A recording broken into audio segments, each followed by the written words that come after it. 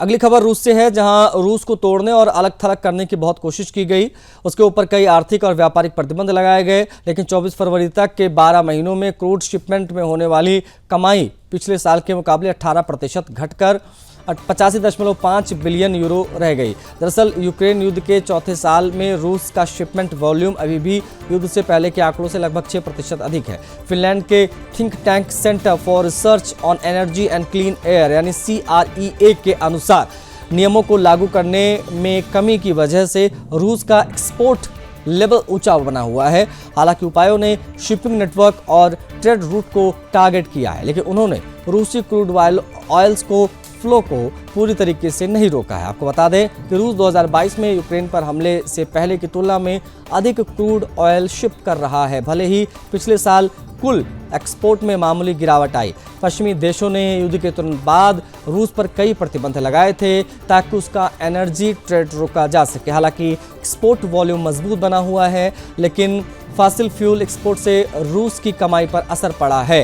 Analyst ने कहा है कि कमाई में काफ़ी गिरावट आई है, जो डिस्काउंटेड प्राइसिंग और प्रतिबंधों के कारण है। CREA के एनालिस्ट और को ऑथर आइजैक लेवी ने इस पर प्रतिक्रिया दी। कहा कि उपायों और अधिक सख्ती के बावजूद रूस के फॉसिल फ्यूल एक्सपोर्ट से होने वाली कमाई में गिरावट दर्ज की गई है। जानकारी के अनुसार लगातार एक्सपोर्ट वॉल्यूम बनाए रखने में शैडो फ्लीट का बड़ा योगदान है। ये पुराने टैंकर हैं जिनके ओनरशिप स्ट्रक्चर अस्पष्ट होते हैं। इन्हें अक्सर यूरोपियन यूनियन, अमेरिका और G7 देशों द्वारा लगाए गए प्रतिबंधों को बाईपास करने के लिए इस्तेमाल किया जाता है। लेवी ने कहा कि अभी भी कई बड़ी कमियां और ऐसे एरियाज हैं जिन पर रोक लगाने वाले देशों ने ध्यान नहीं दिया। नकली झंडों के नीचे चलने वाले जहाज और रूसी क्रूड से बने रिफाइंड फ्यूल का दोबारा एक्सपोर्ट ऐसी प्रैक्टिस के उदाहरण हैं। ज़्यादातर रूसी क्रूड अब केवल कुछ ही देशों को भेजा जा रहा है। चीन, भारत और तुर्की मिलाकर रूस के एक्सपोर्ट का 93% हिस्सा ले रहे हैं, जो वैश्विक ट्रेड पैटर्न में बड़े बदलाव दिखाता है। बता दें कि यूरोप में कड़े कदम उठाने की सलाह दी गई है, जैसे शैडो फ्लीट से जुड़े जहाज़ों को रोकना, हंगरी और स्लोवाकिया जैसे देशों को इंपोर्ट पर नियंत्रण बढ़ाना।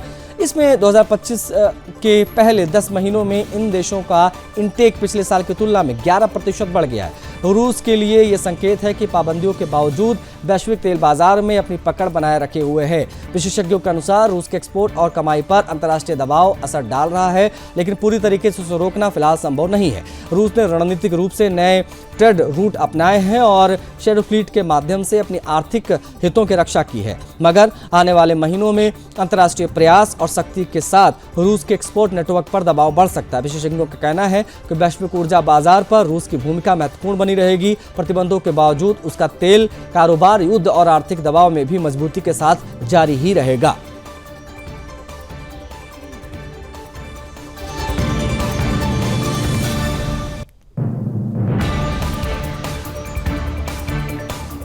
इसी के साथ इस बुलेटिन में इतना ही। मुझे आज्ञा दीजिए। जय हिंद।